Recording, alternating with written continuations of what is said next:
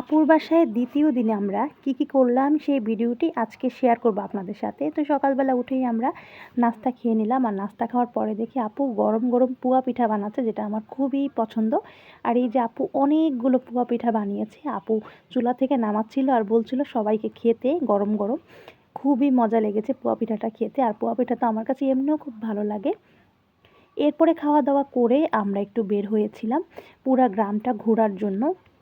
এবার হাতে একদমই কম সময় নিয়ে এসেছি আপুর বাসায়, যেহেতু একদমই কম সময় আর ওই দিনে আমরা চলে এসেছিলাম, এজন্য সকাল সকালই বের হয়ে পড়েছি। আর এই যে এটা হচ্ছে আপুদের পুরান বাড়িতে আমরা এসেছিলাম ঘুরতে।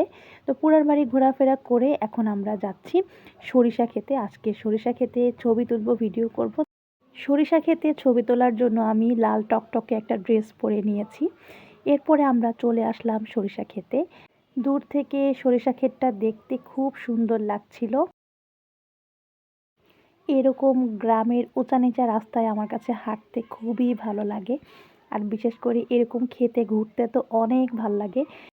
আয়ানের তো গ্রাম খুবই পছন্দ, সে খুবই এনজয় করছিল। আর আমরা সবাই মিলে সরিষা খেতে চলে গিয়েছিলাম। আর খুব সুন্দর একটা রোদ ছিল, যেহেতু অনেক ঠান্ডা ছিল। আর সকালবেলা গ্রামের এই মিষ্টি রোদটা খুবই ভালো লাগছিল।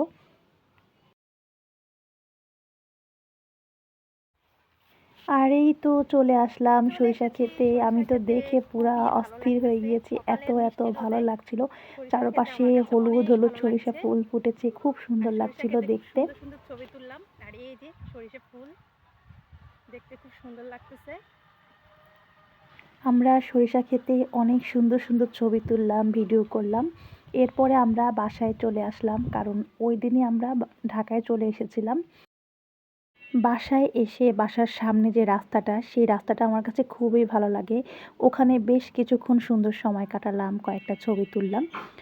আসলে ঢাকায় থাকলে গ্রামের এই সুন্দর পরিবেশটা খুবই মিস করি। এরপরে দুপুরবেলা খাওয়া দাওয়া করে আমরা রওনা করে দিলাম ঢাকার উদ্দেশ্যে।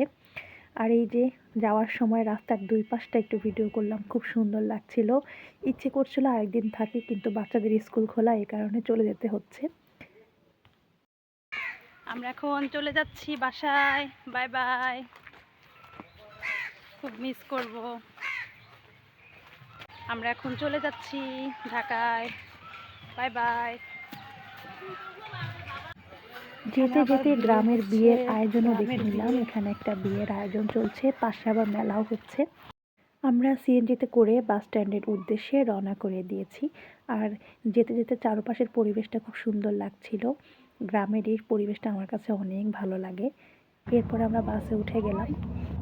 বাসে উঠে আমরা যাচ্ছিলাম আর খুবই মজা করছিলাম, অনেক ভালো লাগছিল।